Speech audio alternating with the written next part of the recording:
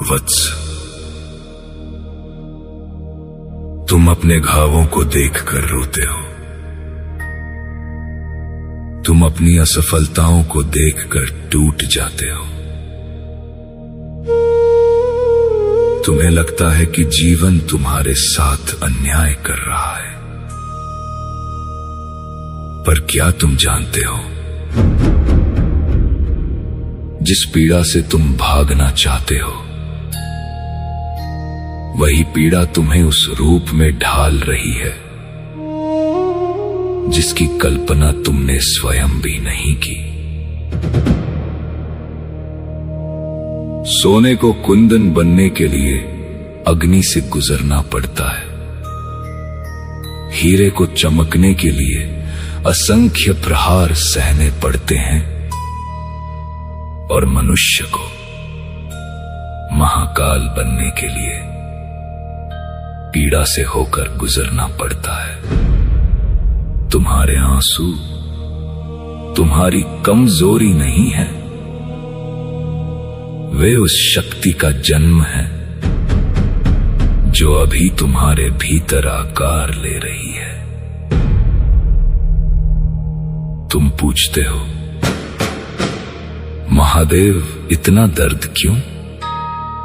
मैं पूछता हूं, यदि संघर्ष ही ना हो तो सामर्थ्य कहां से आएगी? यदि अंधेरा ही ना हो तो प्रकाश का मूल्य कौन समझेगा? यदि पीड़ा ही ना हो तो आत्मा की वास्तविक शक्ति कैसे जागेगी? वत्स, जिस दिन तुम अपनी पीड़ा से लड़ना छोड़कर उसे समझना शुरू कर दोगे, उसी दिन तुम्हारा रूपांतरण आरंभ हो जाएगा। सुनो, तुम्हारे शत्रु तुम्हें नहीं बना रहे, तुम्हारी परिस्थितियां तुम्हें नहीं बना रही, तुम्हारी पीड़ा तुम्हें बना रही है। हर अपमान, हर अस्वीकृति, हर विश्वासघात तुम्हें तोड़ने नहीं, तुम्हें जगाने आए हैं। क्योंकि जो व्यक्ति दर्द में भी स्थिर रहना सीख जाता है, उसे संसार की कोई शक्ति पराजित नहीं कर सकती। याद रखो, महाकाल बनने का मार्ग आराम से नहीं गुजरता, वो त्याग से गुजरता है, वह संघर्ष से गुजरता है, वह अकेलेपन से गुजरता है, और सबसे अधिक वह पीड़ा से गुजरता है।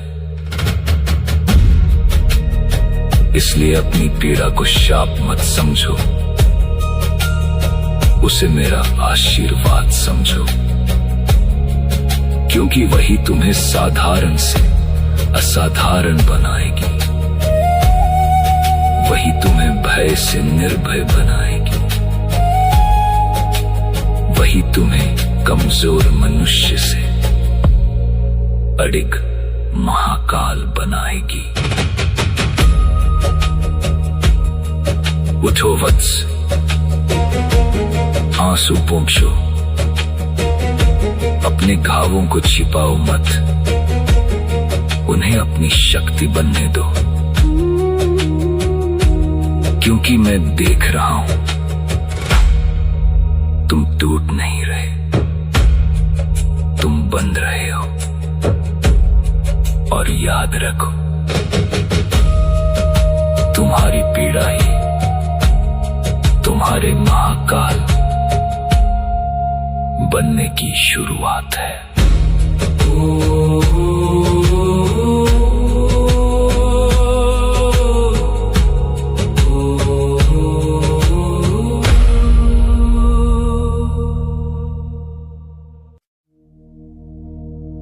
वत्स, जब संसार तुम्हें छोड़ देता है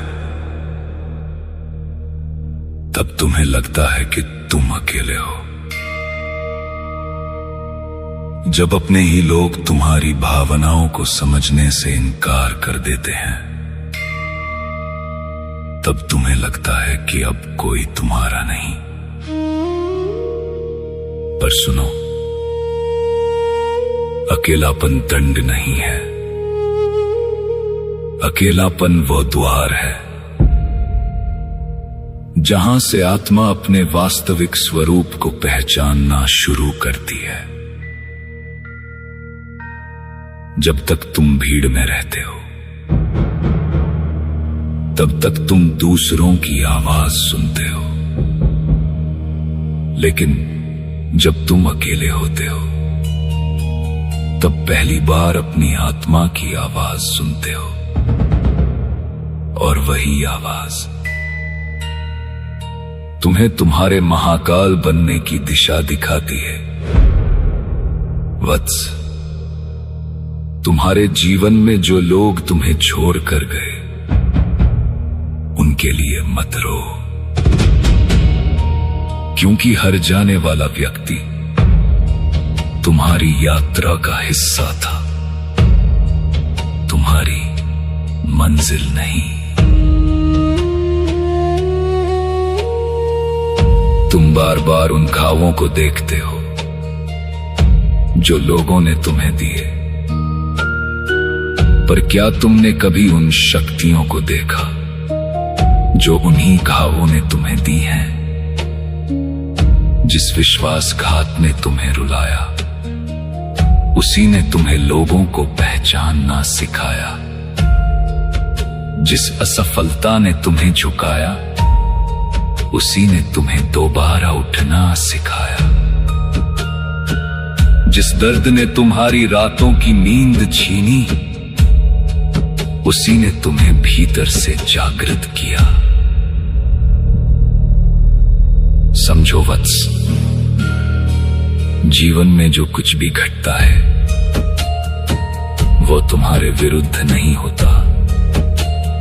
बहुत कुछ तुम्हारे निर्माण के लिए होता है।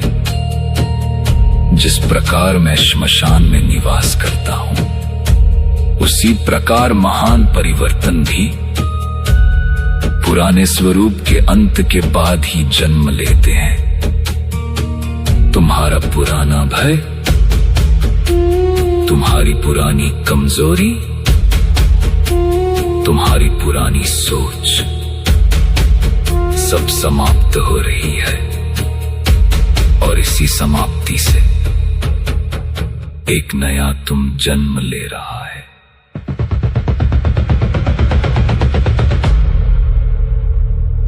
तुम्हें लगता है कि तुम हार रहे हो, पर मैं देख रहा हूं तुम्हारा धैर्य बढ़ रहा है।